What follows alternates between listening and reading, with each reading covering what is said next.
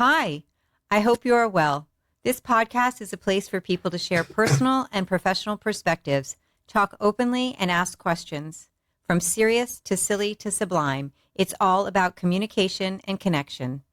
Always coming from a place of kindness and curiosity, we talk about shared humanity, discuss ideas, and highlight people creating a better world. We've got to keep learning, keep growing, keep being. I'm Melissa Beek, and this is Beek on Being. When I was growing up, I was fortunate enough to have my great-grandmother as a playmate. She was outrageously fun, about the same size as me, and had great stories to share. She was my first teacher. Some behaviors she taught me became so ingrained in my life, I had no idea they were superstitious beliefs and rituals she impressed upon me. Some have been filtered down because I don't think it's appropriate to walk around spitting on people. Therefore, I say poo-poo-poo, so as not to jinx something. It got me thinking about all the things that we do. Are they casual connections, family familiars, comfort in chaos? Where did those beliefs and rituals originate from? And why do we do what we do? And why do we still perpetuate them? Today, we're talking about Beek on being superstitious. We have Rabbi Farber here with us to tell us all about it. So, Rabbi, would you please introduce yourself and tell our listeners a little bit about you? Yeah, thank you. It's really my pleasure to be here. Thank you for inviting me. It's a fascinating and fun subject. Yes. It's a lot of fun. Actually, I came to Florida when I was 6 years old. My parents brought me and my brother, and I grew up in Northwest Section, graduated Norland High School, then headed off to New York to Columbia University. I apologize. Columbia was a different school then. Okay, nothing like it is now. Graduated there and went on to rabbinical school, also in New York at Jewish Theological Seminary. And I returned immediately upon graduating to serve a synagogue, an upstart synagogue, brand new in West Kendall, which then was a very fast-growing Jewish community. Served there for 16 years before finding my way to the Aventura area, where I served for 30 years as a senior rabbi of Beth Torah, Benny Rock campus. Now I'm Rabbi Emeritus for the last 10 years with a portfolio. In other words, I'm still working, backing up the new senior rabbi, 10 years already, Rabbi Mario Roisman. And we're partners, and I help him out whenever he needs and fill in whenever he's not there. So that's basically my background, all my entire career in Miami-Dade County. I love it. How lucky are we? I think it's fabulous. So we're talking today about superstition. Can you tell us what exactly is superstition or being superstitious? Okay, so superstition is when you attribute some magical significance or some supernatural significance to certain actions, objects, or events, right? Or specific behaviors.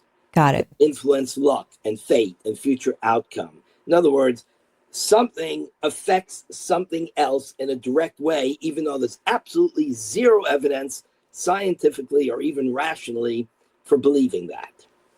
Okay, got it. So this belief that behavior can influence future outcomes or fate, can you break down what it means to be superstitious, going from just casual thinking like, oh, I have a rabbit's foot in my pocket, to like psychological comfort of it? Right. Okay. So we have different categories. And many people who adhere to superstitions in the modern period, they're just adhering to customs and ceremonies that their parents or grandparents did. And there's a comfort level. You know, you want to do the same thing they did because you remember it that way. And it was a good moment or it's a difficult moment and it helped you through. So you're simply identifying with the past without having any real belief that this thing is efficacious, right? Got it. Casual would be, like you mentioned, a rabbit's foot. You know, why would a rabbit's foot bring good luck? Absolutely no rational reason, but it developed. Superstitions have existed for thousands upon thousands of years. Or another thing, the black cat crosses your path, right? Right. Your bad luck. There's absolutely no scientific or rational reason to think that.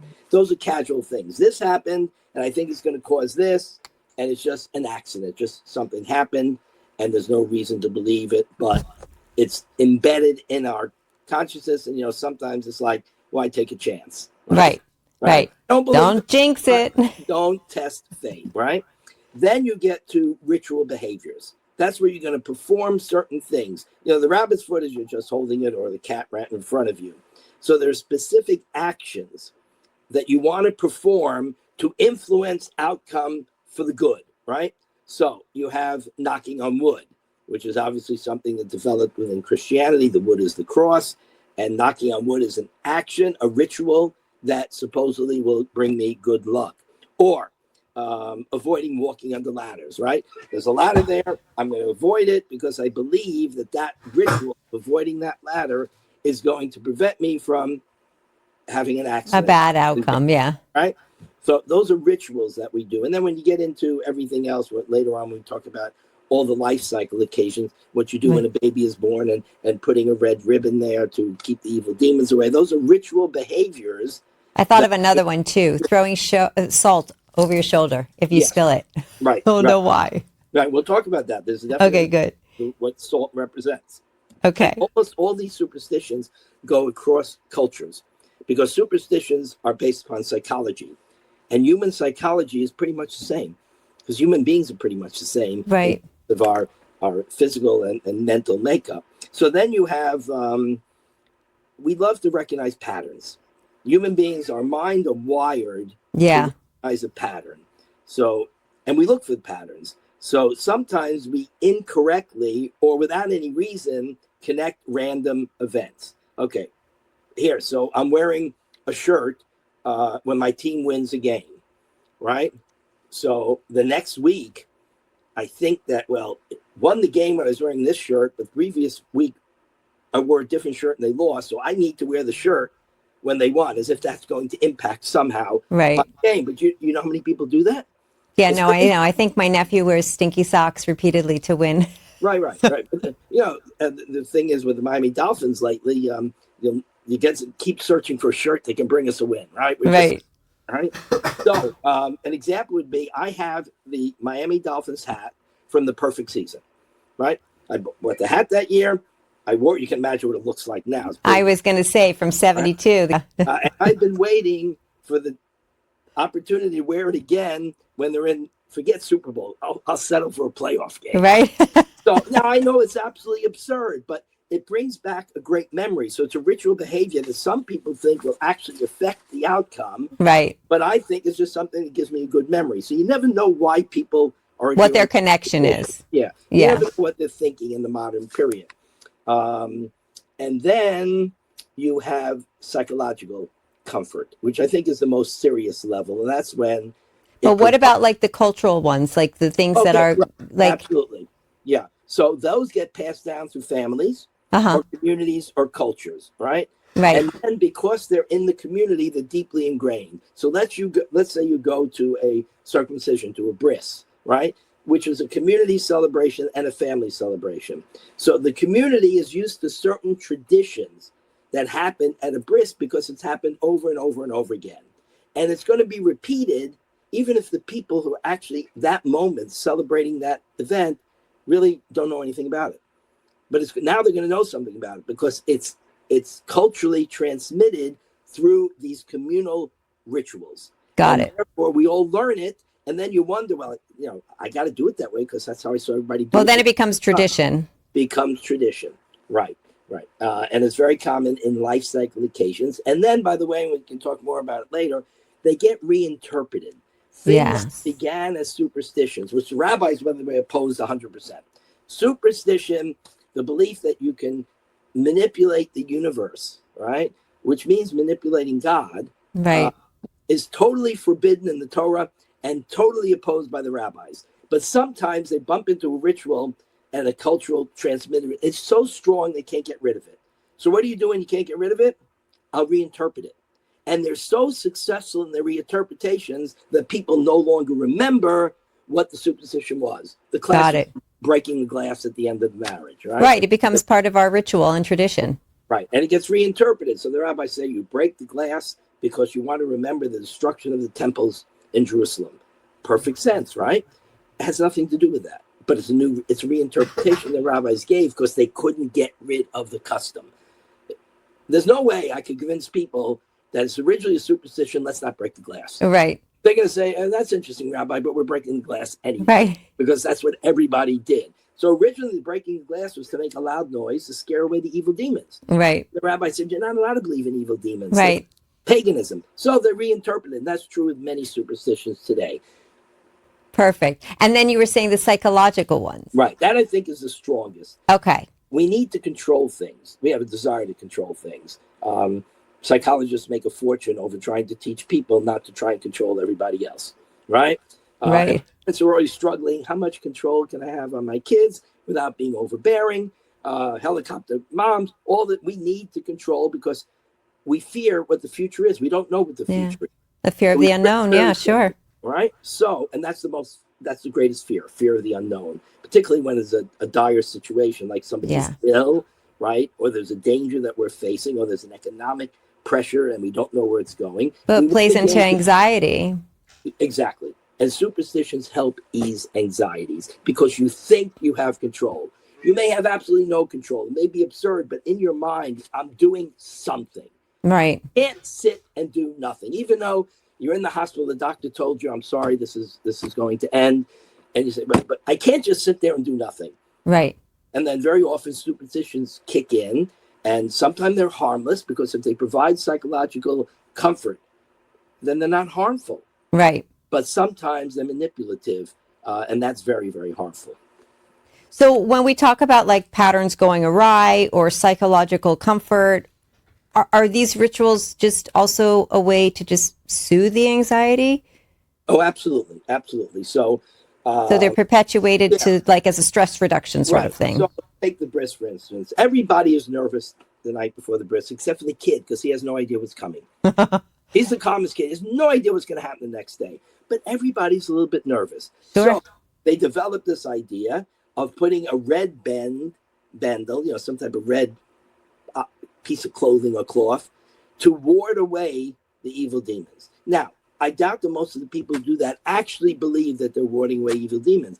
But they did something, so they feel, okay, I did what has been done for hundreds of years. I can calm down now. So yes, that's a protection. Create lower the anxiety level. Absolutely. Yeah. So I'm going to go back to like the numerous different cultural things that we were talking about, and different religions and cultures have superstitions.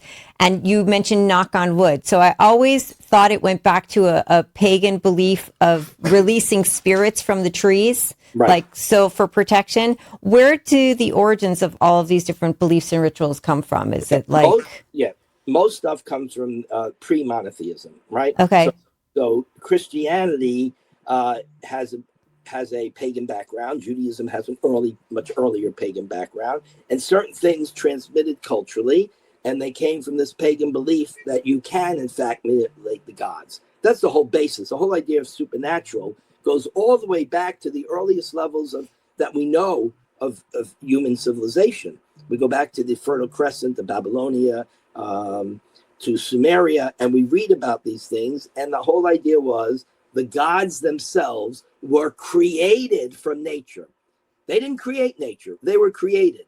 So if I can tap into that realm, primordial realm that from whence the gods came, I can manipulate the gods. Got it.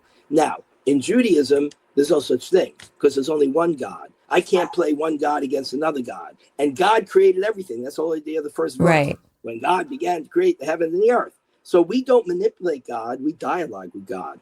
Abraham argues with God about whether he can destroy Sodom and Gomorrah, but it's a discussion. It isn't, I have a magical incantation that will prevent the God of the universe from destroying Sodom and Gomorrah. That is non-existent in monotheism. In monotheism, we're partners with God. We dialogue with God. We cannot manipulate God. We do not have that power. In paganism, you have the power. That's what magic and superstition is all about. Manipulating the gods to do my will. Got it. A sense of control again. Exactly. Total control. So now let's go, when you believe in many gods, there's a good God, a bad God, a God of sun, a God of darkness. You say, I got to be able to control them and make them do what I need them to do. Right. Puppeteering. Exactly. That's what paganism is about. When you offer sacrifice in paganism, you're trying to placate the gods. You're trying to bribe the gods. In Judaism, it's just praise. Thank you, God. Right. It's called, in fact, one of them is called the thank you offering. Thank you. Thank you for what you've done. Or I sinned. I made a mistake, and I want to apologize. Forgive me. Yeah. But there's no manipulation. So go back to the knock on wood. The origins, for instance, the Christmas tree, that it's German pagan symbol, right? Because it's eternal, right? It's always green. It's called the evergreen, right? Yeah. So we love eternity. We love anything that defies mortality. Look at that evergreen. It's living forever, right? It's green forever. So it was a pagan symbol. The Christians, when they became Christians, this German pagan symbol came with them in the culture, but they couldn't see it as a god because it's only the Trinity, right? Father, Son, Holy Ghost. So what they did is said, that wood that represents the cross. Got it. The cross is immortal, and the cross is eternal. And so you knock on the wood, and now in Christianity, it's like touching the cross. Got it. Worship. But that's not its origins. And you have Jews who say knock on wood all the time. They have no idea what they're talking about. No, that's the cross of Jesus. Are you kidding me? My grandmother didn't know that, right? Well, that's why I said I thought it was a pagan thing. We were knocking on trees for fairy spirits. So funny. Everything. Whatever works. Everything superstitious by definition, Melissa, is pagan. Yeah. Because superstition is the opposite of monotheism. But monotheism is a hard sell, right? We've been working on it for the Bible sold it, and then Christianity sold it, and then Islam sold it. But half the world doesn't believe in that. So it's very difficult to convince people there's one God because we see so many inconsistencies in the world. So we're always fighting a war against paganism. So why bother? Who cares if there's 1, 2, or 3 gods? Because the fundamental difference is if there's one God, there's one morality. All human beings are obliged to that basic morality. If there are many gods, choose your morality. And what it becomes is power. Might makes right. Yeah. And monotheism, right is right. Got it. So growing up, I was thinking about this. There were certain actions or practices that just seemed normal in my world. And I know I've passed them down to my children. And one of those was the example of poo, poo, poo. So my great grandmother used to spit everywhere. I just didn't think that was appropriate to spit on my children or anything like that.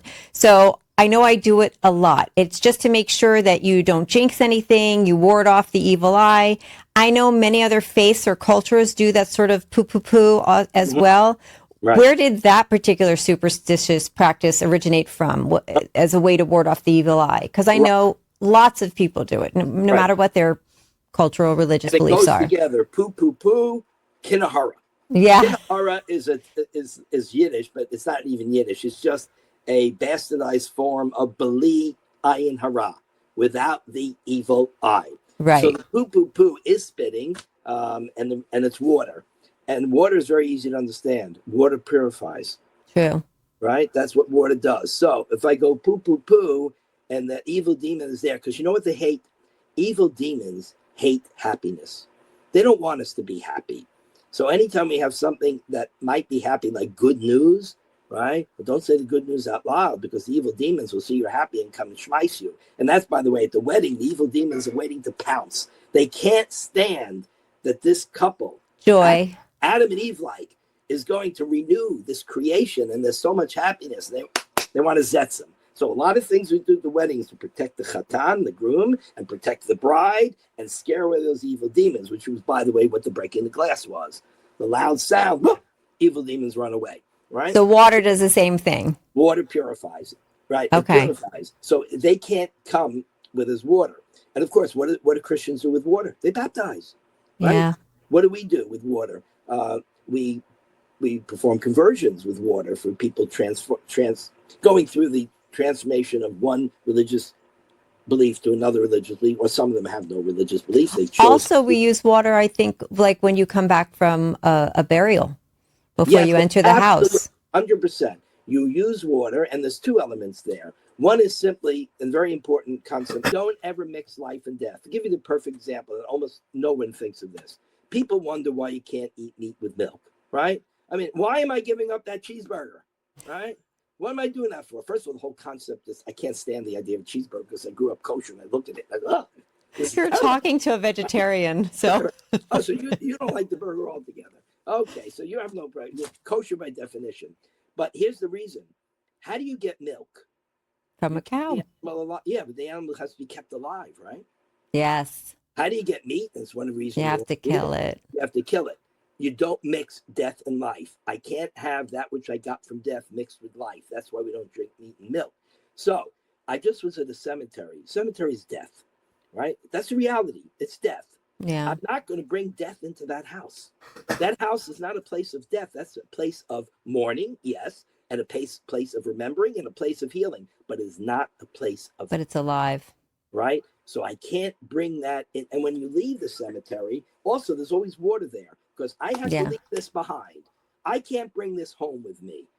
Death doesn't belong in my home. Death belongs at the cemetery. We deal with it, we mourn, but we don't allow it. If it comes into our home, look what it does to our home.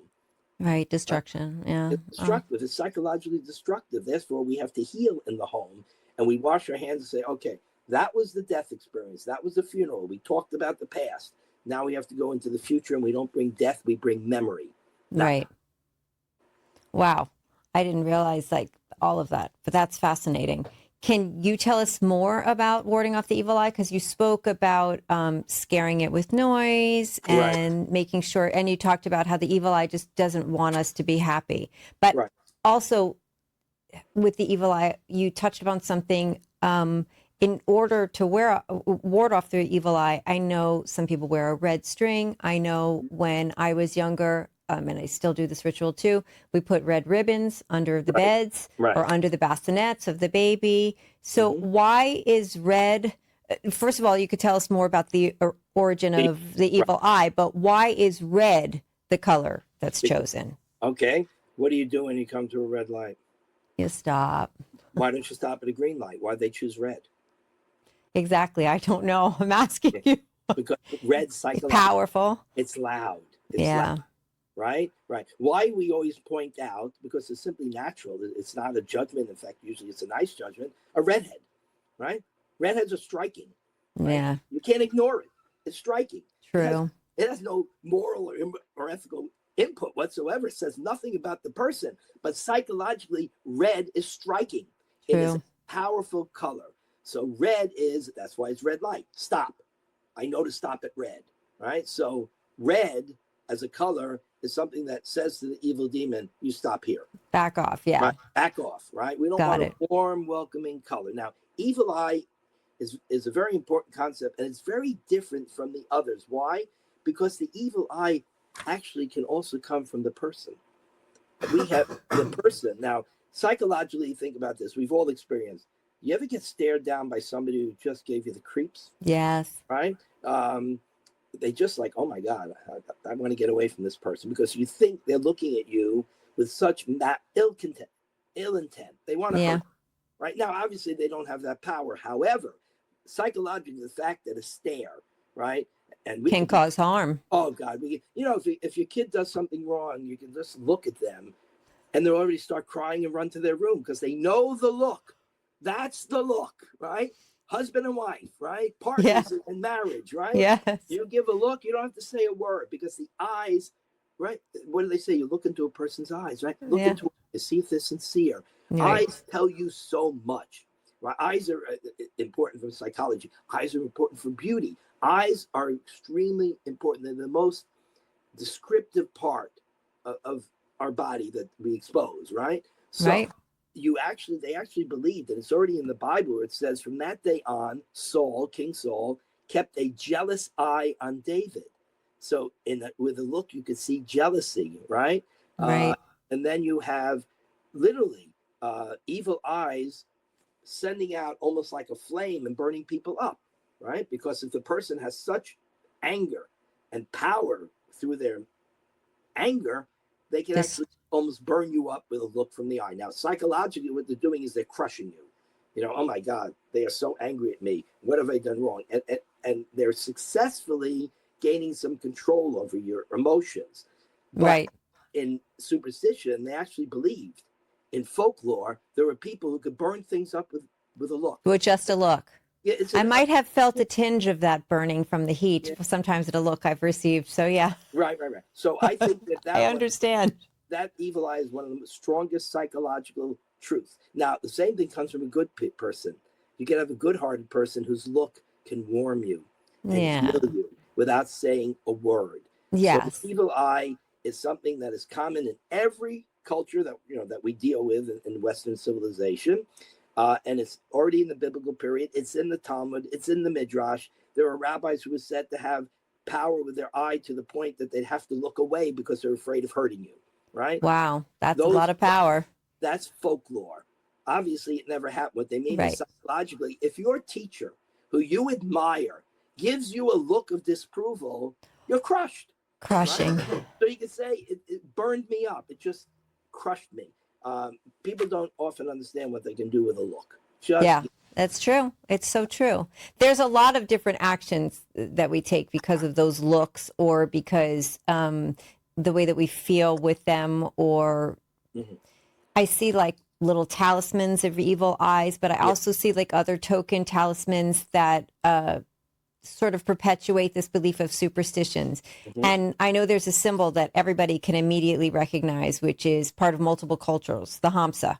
Sometimes it's like the hand of Miriam or the hand of Fatima. Why do we associate this symbol as a way to ward off evil or bring luck and protection? And sometimes you see the Hamsa, not just the hand, but with the eye on the Hamsa. But why is Hamsa so prevalent with that? By the way, it often will have red as well. I forgot to mention one other thing very important about red. Oh, yeah.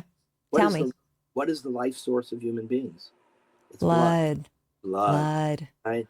So blood Wow. is a life source, and it can push away that which seeks death. This is the life source. So red, blood and red. And maybe, who knows if this red color and its importance in cultures came from blood in the first place. Right? Don't know. Don't know which one came first, the chicken or the egg. Right. But the Hamsa, first of all, why a hand? Well, that's again the same thing as the red light. You stop at a red light. Got it. If you're driving and the lights are out, there's no red or green, the police is standing there, and they go like this, what do? To stop. Yeah. To stop. So this is a warning, right? This is a warning, as opposed to this. Come, join me. Right. So the hand becoming a symbol of warding off evil was very obvious. That's how we tell people, knew. Hold off. You're not welcome here, right? And you even see that. I've seen stop signs that have hands on them like that, right? You ever see that? Yes, I have. I've seen it. Right. And we don't even think about it. We know what it means. The hand like that means don't enter. Right. So the Hamsa is one of the most natural things to ward off. Like a universal symbol. Yeah. Absolutely universal. That's why, as you mentioned, it's in Christianity, it's in Islam. And let me tell you, of all the monotheisms, in many ways, Islam is one of the purest. Right? Because it doesn't even allow, you go into a mosque, you can't even have an image of an animal, let alone a person, right? Right. So they had a fight against paganism very strongly, because the world that they were attracting to convert to Islam, as opposed to those who they forced to convert to Islam, like Christians and Jews, but the other world was totally pagan. And they had to present the pure monotheism. Yet they, pure monotheists, they adopted the Hamsa as well, right? So this thing is a powerful image. It just goes straight through, certainly Western, when I say Western civilization, Western religions, which are also Eastern, obviously Middle Eastern. So that's the reason for it. Putting the evil eye, or putting the eye, is you go past here and this eye will consume you. Right. So it's even more powerful. It's also beautifully obviously decorated. Oh, it's a gorgeous decoration. I see them in people's homes. I see people have them in charms. They're in their cars, on their bags, or they just carry them around as like instead of a lucky rabbit's foot, they have their Hamsa. It's all purpose. It wards off the evil eye, right? It brings good luck and fortune. It provides spiritual protection. It promotes health and happiness. And probably, if you use it, you could probably lose weight too. I don't know. It doesn't. Skip the shots. Go straight to the Hamsa. Oh, God. This is the most all-purpose, and I would say the most common superstition in terms of a symbol. Yeah. Common superstitions are what take place. I think it's the most universally recognized, the Hamsa and the eye. The Hamsa and the eye. Totally, absolutely, because those are two obvious things. The look that the eye gives, and the hand telling you, you're welcome, or stay away. Little children get it. They get it immediately. You go like this. It's an obvious gesture. Come, come. Yeah. Stop in your tracks. So Right. Don't even need to know language yet. You understand the symbol. Yes. Yeah. Oh, by the way, symbols are very important because they replace language in many instances. Right. So I was going to talk about that too. I was going to talk about like certain rituals that we perform. And you mentioned before about different life cycles. You were talking about the bris, but in Jewish weddings, you were talking about breaking the glass or the wedding canopy, that sort of like protection. So, or circling the groom, or I think another one is the veil for protection. Correct. How can you sort of expand upon those sort of religious rituals? And you just mentioned the wedding, and I think more people even go to weddings than they go to brisses, right? Yeah. Weddings, everybody gets invited. Brisses might be more limited. And it's only 50% of the population. And the girls, there's nothing happening there, but there's baby naming, and that's beautiful. But the ritual, there's most people don't feel that the baby naming is a dangerous event. Right. The fact is, a bris, which is not a dangerous event, but it's a surgery.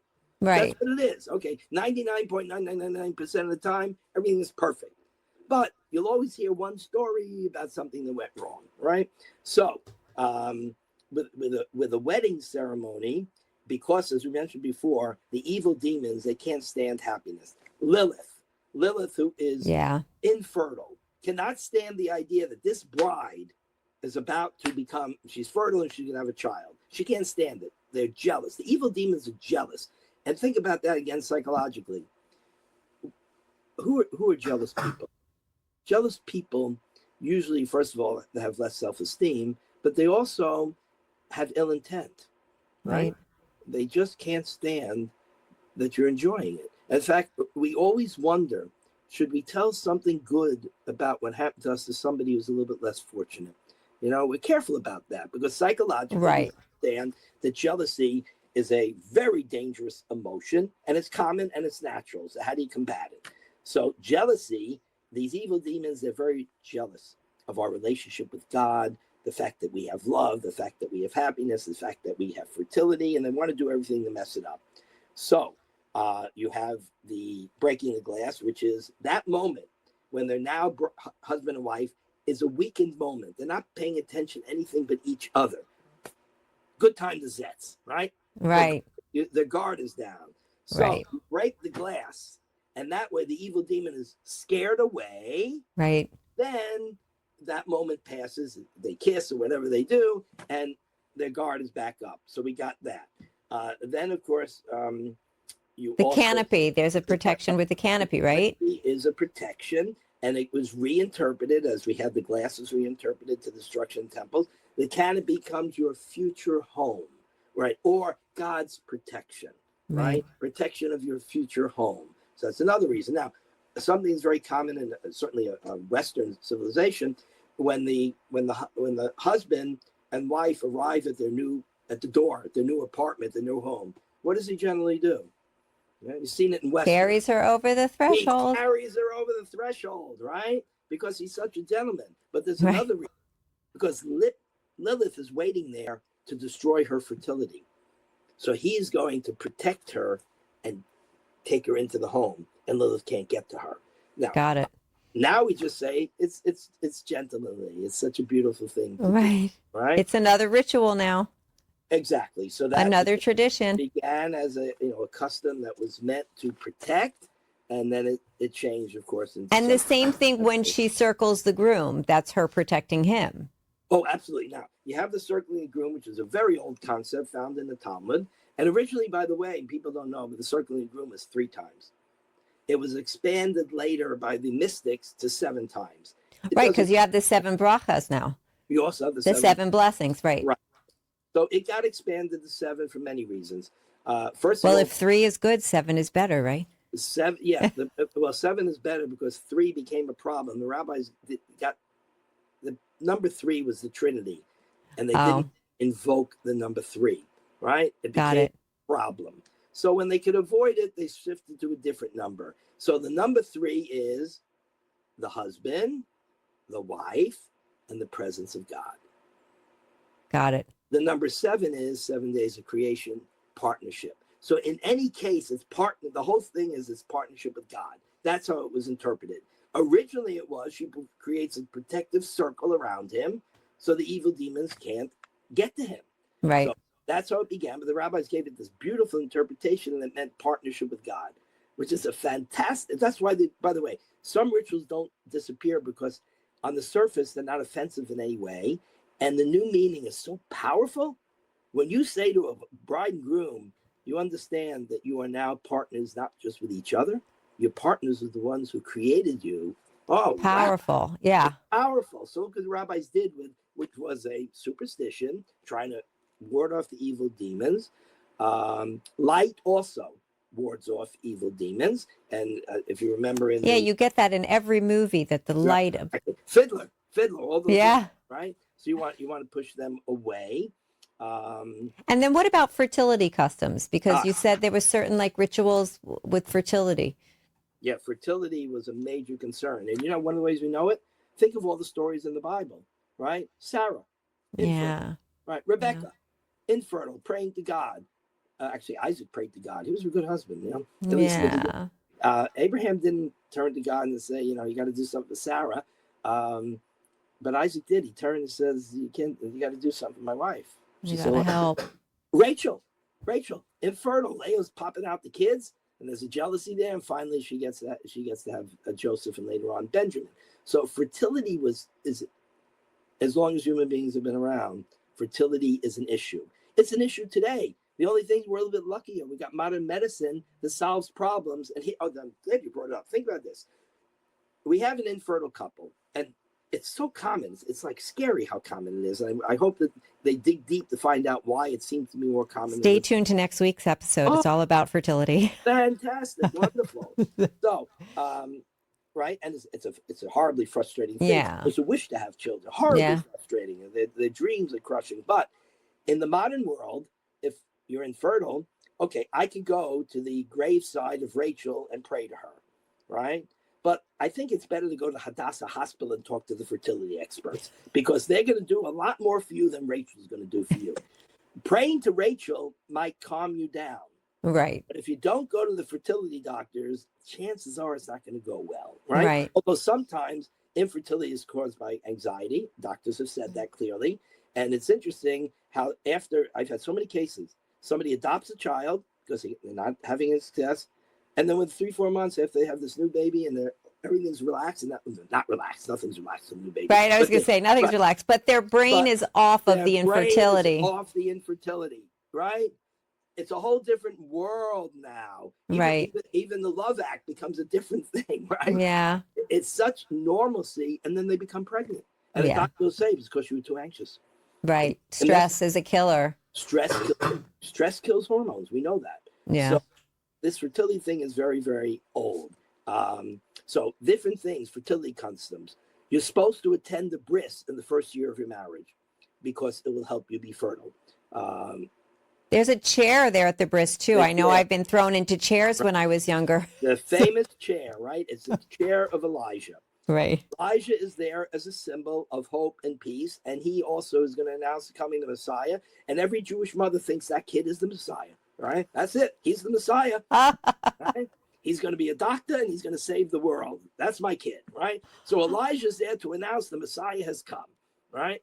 And there's many other reasons Elijah's there. He's a very available and very present spirit, right? And the reason, by the way, just to fill it in case somebody's wondering, in the Bible, there's one he didn't die. Remember, he goes up in a chariot into the heaven. So he didn't die. So in order he's available for work, right? And second of all, especially when it's not around Passover. Right. And I don't have to resurrect him. And the rabbis don't want to resurrect anybody. Yeah. They don't want to get near that concept of resurrection. So why not use Moses? Wouldn't a chair of Moses be really cool? No, because Moses died and was buried. Elijah's available. Elijah's available for work. And his work is beautiful. He gets all these, more bagels and lox than he could ever hope for, right? Everything. And wine. Right. Wine and bagels and lox. Yeah, it all sounds good. I think you should put grape juice in the cup of Elijah so that, he doesn't get drunk that night. Right. I think actually my nieces and nephew have done that. They've tried that. They're like, don't you think he has a lot of wine? We should give him. We use grape juice. And by the way, use white. So when somebody spills it accidentally, they will. You will never get through a Seder without spilling wine. No. It can't happen. No. It's horseradish and wine everywhere. Everywhere. Those stains have memories, don't they? Yes. Another thing that happens with fertility. This is a Sephardic one, right? Okay. Women will visit the graves of righteous ancestors, as I mentioned. Rachel, because she was infertile, became fertile. So you prayed to her to intervene, to God to give you fertility. The henna ceremony, which we had talked about a little bit. Oh, yeah, we discussed that. Right? Part of it was a fertility rite, because you know the colors of the henna? Oh my God, it's gorgeous. Beautiful. The colors are magnificent, but they're all bright. There's nothing subtle about it. Right. Because brightness is happiness, right? Joy. Mm-hmm. Joy. So the henna is to scare away the evil spirits who want to cause her infertility. That's part of it, right? You put rice in the pockets of wedding guests, right? And you throw the rice, because the rice is a symbol of fertility, because there's so many, a lot of rice. Just one thing, and it's like you should be Abraham Sarah's children be like the sands of the sea, right? Right. Like stars in the heaven. Well, rice, you hold in rice, and you say, oh my God, countless grains, yeah. So that is fertility. And then here's something that has been returned as a custom that I never heard of growing up, and I had Orthodox rabbis growing up, and that is that you do not allow any knots that the groom is wearing, like if he has shoelaces, have to be untied, right? Only the tzitzis, the fringes in the corner, don't untie them. I was going to say, what about the tallit? Okay, yeah. The tallis, right? That's okay. Because that has a symbol of the But shoelaces have to be untied. And if I want to get to some new ones with you later. Okay. And if there's anything else that's tied, the bride has something that you have to untie it, right? And they think that ensures an easy birth of future children. I like that one. So good one. I don't know the origins, other than that, obviously things that tied up means they're closed. So and what about the womb shouldn't be closed, right? Yeah. Mm-hmm. So those are all fertilities. What about like rituals that we have, even in death? I know we have like superstitious rituals. We never leave the body alone. We already talked about like pouring water when we're near death, after death has occurred. But tell us more about the rituals about like why we never leave the body alone. Okay, well, the never leaving the body alone had two reasons. One was the problem that the body could be, they didn't have refrigeration, right? And they were worried that animals could get to the body. So you have to really guard the body, because what a disrespect to leave the body to be damaged, right? So that was a practical reason. There's also, unfortunately, some really sick people out there. So you have to protect the body. Rabbis knew about that illness. They knew about that. I never even thought about that. I was always thinking about the soul. You're a normal human being. No, but I was thinking, because we were always told that the soul can leave the body anytime when you're alive, but that when the body is dead, the soul can't get back into the body, and that we shouldn't leave the body alone, and we should say prayers so that we soothe the soul. Mm-hmm, that's right. I didn't even think about what you just said about why we don't leave the body alone. I was thinking more on a spiritual level. That was two practical reasons. One was they were aware of that very severe mental illness in which people were fascinated by dead bodies. And the rabbis were aware of it. We know it exists, but we don't think about it because it's so insanely sick. Yeah, never occurred to me. Yeah, we wouldn't think about it unless we're told about it, right? But the rabbis knew about it. They knew about all these type of disorders. They didn't stick their hands in the sand. They confronted them. The other was just a practical reason. You got to keep that body away from mice and rats or whatever it might be. But then, of course, it had to do with also the idea that when you watch over the corpse, you're protecting it from evil spirits as well. Like, we're here, we're guarding this, right? Another thing, by the way. Well, what could an evil spirit do to a corpse as opposed to the soul? Because they're still trying to get to the soul, right? There's still this connection that exists. So, for instance, when you become an official mourner, not until the body's in the ground. You're not a mourner yet. When do we say Kaddish? We say Kaddish after the burial. Right. Then we form two lines, because you're now a mourner, and we're going to accompany you. We're not going to leave you alone. Right. And you go home and sit shiva. You don't sit shiva before the burial. Right. So the body, until it's buried, Then you mourn. Then you mourn. And they had the same idea. Until it's buried, that soul may still have some connection to it. We have to protect Got it. the soul. You close the eyes. Now, that's true in all the cultures that we're familiar with. And some put a piece of metal or salt on the body. And it's all intended to confound the evil spirits and protect the ghost of the dead, right? Because this whole question of when the soul leaves, which obviously is not a scientific question, okay? Right. It's a spiritual question, and it impacts tremendously on the whole issue of organ transplant, obviously, which the rabbis didn't know anything about, so they didn't discuss it. But, when is death, right? And that's a very important question legally, period, in America. Yeah. Every culture, but it's very important in Jewish tradition because death. Organ, like you said, organ donations. Right. And when is the time to bury? And when is the time to mourn? And when is it permitted to take the organ? It's a very complicated. I have a whole book here actually edited by my son. I'll throw that in. My son. Wow. Will we do another podcast on this? It's actually called Organ Donation, right? Wow. What do you think it is? It's a compilation of articles by the great scholars and ethicists on this whole horribly complicated but so important issue of organ donation. Because if we get it wrong, then we might have harmed somebody. If we get it wrong, we let people die who shouldn't be dying. So we got to get it right. We do not want to get this wrong in any way, shape, or form. Yeah. Too much at stake with organ. And we have to be very, very proactive because Jews tend to think we're not supposed to do organ transplant. And that's not right. It's not right at all. Do that in another podcast. I think it'll be. I was going to say, because that doesn't go along with life and promoting life and saving life. And okay. You are correct. That'll be another podcast too. It's inconsistent with the basic teaching that saving a life overrides almost everything. Everything. But unfortunately, the folk custom and what's been passed down is this keeping the body intact. Keeping the body intact. Which yes, you do, unless you could save a life. Right. That's the difference, right? So that's another fascinating. It's a big asterisk there. Exactly. So you try to protect the soul. That's extremely important. And then are all of these rituals and beliefs in particular literature? I know you said some things go back, but is it just an oral history, most of them? Things obviously start orally, but in the Talmud, you'll find evil eye, evil spirits, amulets that protect you. Right in the Babylonian Talmud, which is more superstitious than the Talmud most people never heard of, is the Jerusalem Talmud. Right. But the Babylonian Talmud was completed. It's a whole complete work.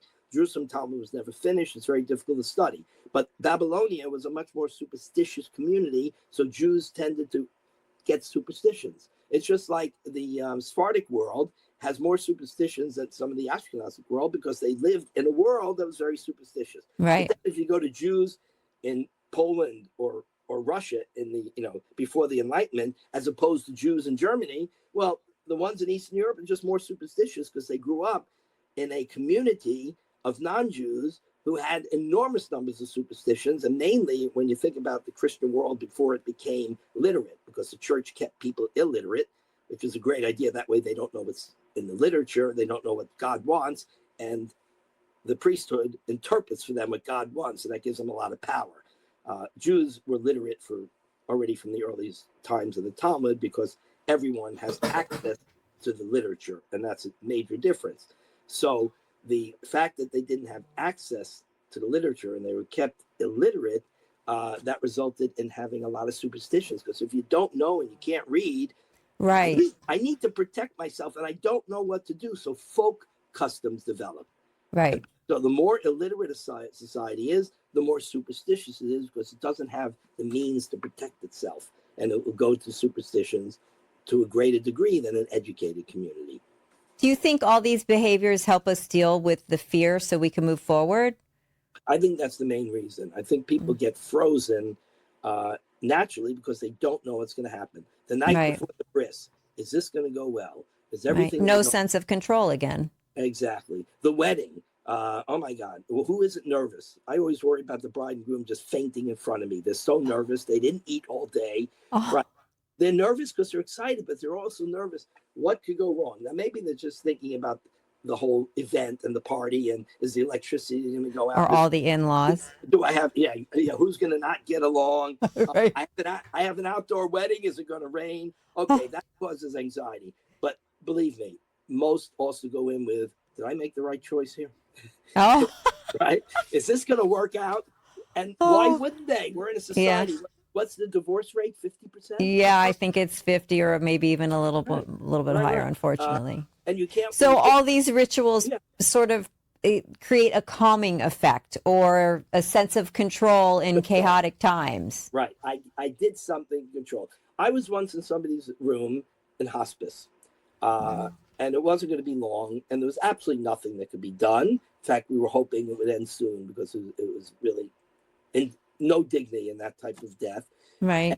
I walked into the room and I see an entire copy of the Zohar, which is the mystical Kabbalistic books of the Jewish history.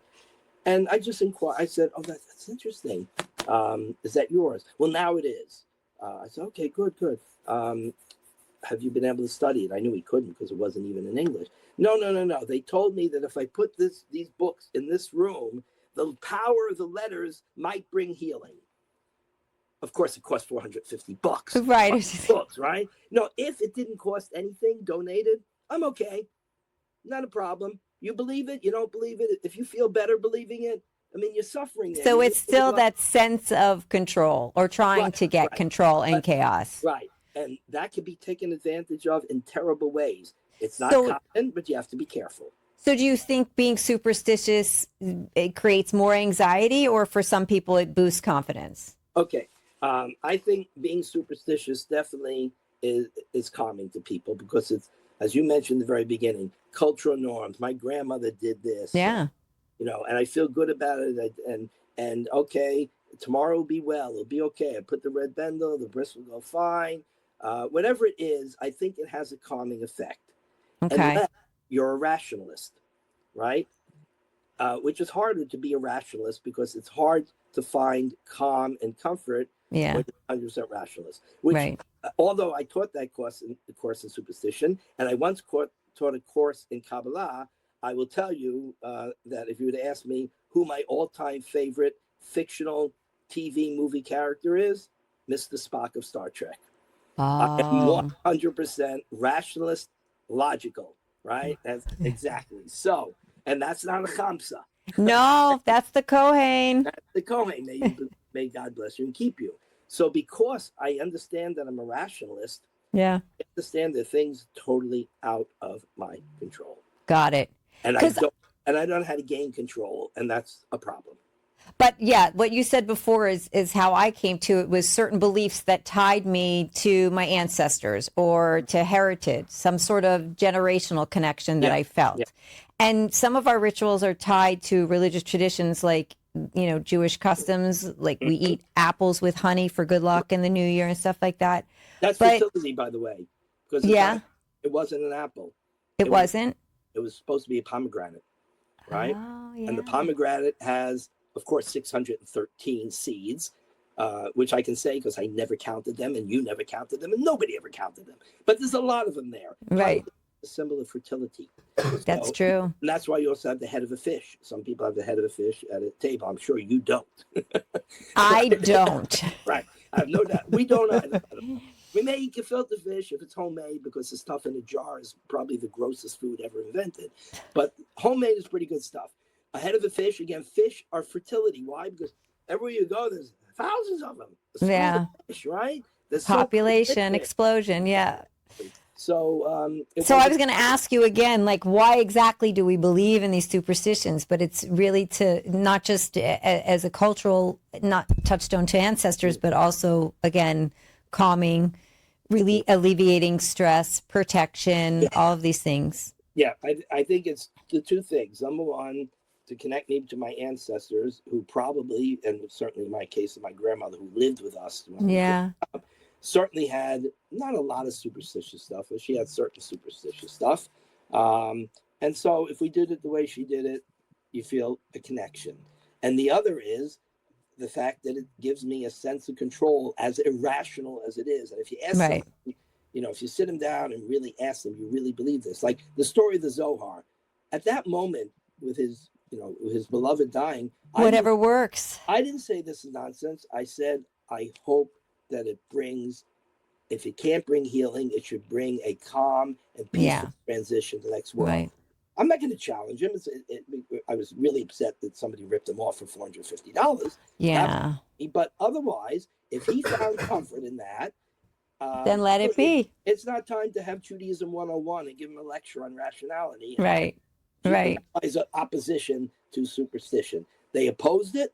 They fought it. They knew they couldn't stop it. So they reinterpreted as much as they could. Got it. And there was one thing I know I asked you earlier today when we were talking before the recording, is if you thought that there were new superstitious behaviors being initiated or instituted that now generations in the future would follow. But you told me something fascinating. Tell my listeners. Well, I remember talking about the knots. That I never saw that. And so that was a return of an old tradition that had pretty much disappeared, except maybe in some very closed communities. But since we don't have closed communities anymore, very few, people marry, right? Across community. Sephardim marry Ashkenazim. Then when I'm planning the wedding, I go nuts. Which do you want to do, right? Right? Which superstitious are we following? And then the Ashkenazi says, what do you mean we're doing that? I've never seen that. What are you talking about? So we have to... So they're bringing back superstitions that have sort of been buried for a while. Exactly, because they come away from a closed community. Chabad, until this modern period, was a very small, not well known. So the Lubavitch Rebbe, who developed it into the powerhouse, incredible religious movement today. But before that, I got to tell you, growing up in Miami, I don't know if I ever met somebody from Chabad, right? And somebody from Chabad never married somebody in our community. This didn't happen. So these customs, you didn't encounter them. But now I do weddings with a Chabad rabbi, and they do it with me. Why? Because someone from this community is married some of this community. That's their rabbi, and I'm their rabbi. And we get together and we say, okay, let's work this out. Let's give them. So that's where the old superstitions are being resurfaced, some of the ones that we're not familiar with. Exactly. I love it. And that the fact that it's so open now, the society is so open. And in Israel, where the Sephardim never used to marry the Ashkenazim, right? Now it's very, very common, and we call it Ashkefard, right? So, and you see this mixture of tradition. And by the way, they produce gorgeous children, absolutely gorgeous children. Just from a genetic thing, this is a great thing for the Jewish community because we're bringing in genes that were developed. I was going to say medically, it's great. That's what I mean. Medically, it's the greatest thing. Right. My grandparents were second cousins. Right. Maybe that's why I can't control my hands. Who knows? Right? It's not the best thing genetically, right? Right. But when you marry Ashkenaz and Sephardim, you do two things. You do a great thing genetically that's healthier, and you bring two disparate traditions that grew up in different parts of the world. You bring them together, and you can only be enriched by that. Yes. Right? Only enrich us. So 100%. As new things pop up, they're interesting, they're fun. We just have to take them with a grain of salt. We're talking about salt, right? Right. Salt is obviously salt of the earth, right? It's like blood. It's survival, right? So when you throw salt, you're pushing away. That's why. Yeah. Got it. We're pushing it. Well, thank you so much. What do you say about a person who's just a downright good, regular person? He's the salt of the earth. Right. Why? It's like he came from the earth. Without salt, there's no life, right? You need to have salt. Too much salt. Big trouble. But without any salt, there's no life. It's all balance, isn't it? Star Trek did one about a salt monster. Really? People say, what are you doing a salt monster? Don't you understand? They're doing a salt monster for a good reason. So funny. Salt is survival. If you overdo it, it'll kill you. Yeah. If you don't do enough, it will kill you. Right? It's all about balance. Balance. Right. So you I could talk to you forever about this. Mm-hmm. It's fun. It's so fun. I thank you so much. Is there anything I left out that I should know? I think we covered a lot. Your questions were amazing. If anybody, by the way, there's one scholar who brought all of this to light. I was looking for the book. Here it is. His name is Joshua Trachtenberg, and he wrote the definitive book because nobody else, quite frankly, was interested in it, and certainly not a scholar. And he wrote Jewish Magic and Superstition. Right now, understand he was a total rationalist. He was an academician. He didn't believe in any of it. But he said, this is really interesting and Jews don't know enough about it. And I want to elucidate it. And that's how I discovered that it's all over Jewish literature. I mean, how did he find these things? Not just from talking to people or experiencing it. He went. No, but it has to be somewhere in literature. There. Yeah. There's whole books, entire books that describe superstitious customs, things that you need to do to protect yourself. It's like a how-to book. Tell me how to protect myself. Okay. It's a cookbook. So Trachtenberg was the expert, and Gershom Scholem was the expert on Jewish mysticism, and they do intersect sometimes. Kabbalah and superstition will intersect. Kabbalah is a sophisticated philosophical system, which is not often. That would be a whole other episode. It's not studied the way it should be studied. It's not even taught the way it should be. It's very hard to find a good Kabbalah instructor. And unfortunately, we recently lost one of the greatest. Passed away. He was from Temple of Israel when he started. He was a rationalist too, but he went down. He really became a mystic as a result. So, well, I'm fortunate that I've got you with all the superstitions. The information in today was phenomenal. I'm so appreciative and so thank you so much for being here today. I know it was a little different because you're on Zoom instead of in the studio, but still illuminating, fascinating, and helps me put context to everything that I've been doing all these years. So I really appreciate it and thank you. You've enlightened us on the origins of some of our more prevalent superstitious beliefs and where they came from. And I thank you for explaining all the reasons we maintain these rituals and why they were established and ways when we weren't sure why we were doing them or where they came from. So I appreciate that. Now we know. Poo, poo, poo. And thank you so much for giving voice to it. Thank you. So I have, before I sign off, I like to do something with all of my guests. It's called Quickie Questions. You up for it? Sure. Okay, good. What brings you comfort? What brings me comfort? I have 15 grandchildren and 3 great-grandchildren. Oh, that's the best. That's the best. That's the best. Do you have a mantra that you live by? Oh, that's interesting. Do I have a mantra that I live by? Well, I would say yes, do your best. Okay, good one. I like that. Do your best. Once you did your best, it may not be the best, but you did your best. But you tried. Okay. Yeah. What's the most important thing that you've learned? What the most important thing I learned is from my mother and my father too, but mainly my mother.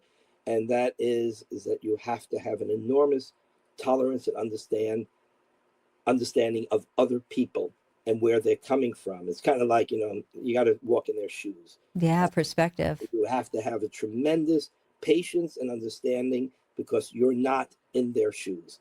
And you cannot be judgmental. There are times when, they go over the line, you have to be judgmental. But if not, you have to understand what's going on and be as patient and as understanding and accepting as you possibly can be. Wow, that's beautiful and powerful at the same time. Incredible. Okay, one last one. Yeah. Do you have any superstitious beliefs or rituals? Pure rationalist. Now, to me, pure rationalist. I love it. It's all fascinating, but there's nothing that if I don't do it, I think, oh my goodness, I created a problem. I didn't do it exactly that way.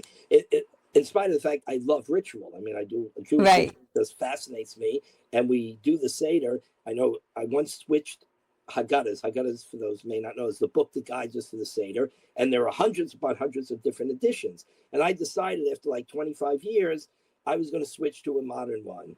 I forgot to ask my daughter. I was going to say, that was a big move. Now, my daughter, who could read a Haggadah, fluently, wouldn't matter which Haggadah, and who is a mathematics professor who wrote her PhD on theoretical math. Wow. Could not believe that I changed that ritual. The audacity. She says, when I open the page, it's supposed to be a wine stain there. Yeah, right? There's marks. Yes. And of love. Yeah, I said, but the English is all. She says, exactly. We do that English every single year, the way Grandma, Safta and Safta did it. Yes. And the way I did it when I was 5 years old, and you're changing it. How could you do that? Yeah. There's no more rational I person. feel her pain. She's a mathematician. She's 100% rational. It doesn't matter. I feel her pain. My mother switched to Goddess after 25, 30 years, and we were devastated. Exactly. Right. So I like to do the same thing. I stick with the same things. I'm married almost. Got it. I'm married, I think, 55 years. I got to do that. Wonderful. Right. I still drive a Studebaker as a hobby. I love it. I don't change things. Okay. Not because I think if I change it, I'm going to cause damage. It's because they bring me comfort. Got it. Yep. Got it. Oh, thank you so much. I appreciate it. My pleasure. Thank you so much for inviting me. Thank you. I'm going to sign off now, and you can stay on for a second to listen. Okay. To our listeners, thank you so much. So grateful that you're here. Keep listening, keep learning, keep laughing, keep up with Beek on Being, and stay well, everyone. Poo, poo, poo. Listen to Beek on Being wherever you get your podcast. All episodes are automatically transcribed. Big shout out and a huge thank you to Stephen Chen at Penthouse Studios. Follow Beek on Being on Instagram for the latest. To share ideas, thoughts, suggestions, or nominate a guest, DM us. Want exclusive content, behind the scenes stories, and listener links? Subscribe. Beek on Being was recorded at Penthouse Studios and is a proud member of the Penthouse Podcast Network. Are we done? Oh, Rabbi, that was fascinating. I thank you so much. Did you have a good time? Absolutely. You know, the way you organize things makes it so easy. No, you made it easy for me because I was going off of the class. I had like my notes from the class from last summer, and then I had your notes. So I sort of like made it a combination of everything that I wanted to know and everything that you had said, and it was a melting pot of stuff. Yeah, it was really very smooth, very easy to do. Oh, I love it. Oh, I'm so appreciative that you came on today. I thought your class was brilliant, and it sort of like it got me connected with my great grandmother again, who is part of my life on a daily basis. But just the reasonings behind where she came up with the things that she did, and why she did them, and why I do them, and why my children now do them, and it's really incredible. Oh, thank you so much. Ritual is the educational tool of religion. Religions that start to give up rituals will fail to transmit their tradition to the next generation. The reason the Torah movement returned to yarmulkes, talesim, more Hebrew. I like what you said. I'm going to write this down. That ritual is the educational tool of religion. Educational tool of religion. Right. So when Reform dropped all those rituals, thinking them to be archaic, superstitious, right, they realized that they were losing their kids, because the first attachment of children is to the rituals. Right. They fall in love with the lighting of the menorah without knowing where the menorah is. Right. They fall in love with the lighting the candles on Shabbat, because lighting candles is mystical. And then they learn about Shabbat. Everything. You know what? That's so true, because when our kids were little, even before, from birth, we always do Shabbat. Right. And so before they could speak, before they could understand, it was such a custom and a ritual for them. And even when they live far away, we do it on FaceTime Friday night after they get home from work, and before they go do whatever they do, we still have our family ritual. It's very funny. There's a great story about a community gathers in a gymnasium and the lights go out, and there were no emergency lights. This is a story from the 1950s, right? And all the children are crying because they're terrified. It's pitch black. And somebody finally, in the middle of the gymnasium, is able to light a candle. And the little girl stops crying and goes, "Good job, Miss." That's brilliant. I love that. That's hysterical. It's an automatic. Yeah, sure. Now it looked like everything is familiar with. Why should it be afraid? It's Shabbos. Right. It's Shabbos. This is typical. That's what it meant to the girl. Comfort, I love it. Family, community. So I love that. When you get rid of rituals, you cannot transmit your tradition to the next generation. Same with any culture. You get rid of the ritual of Pledge of Allegiance in the morning, you're going to lose a generation. Yeah. Wow. Well said. Yeah. Thank you. Thank you so much. I appreciate it. Maybe I can have you on another time with all these other topics that you sprinkled in there. I love it. I might call upon you again with your wit and wisdom. Let me know. I enjoyed it. I will. Thank you. Have a wonderful weekend and a great Shabbos. You too. Take care. Thank you again. Bye. Bye. Bye.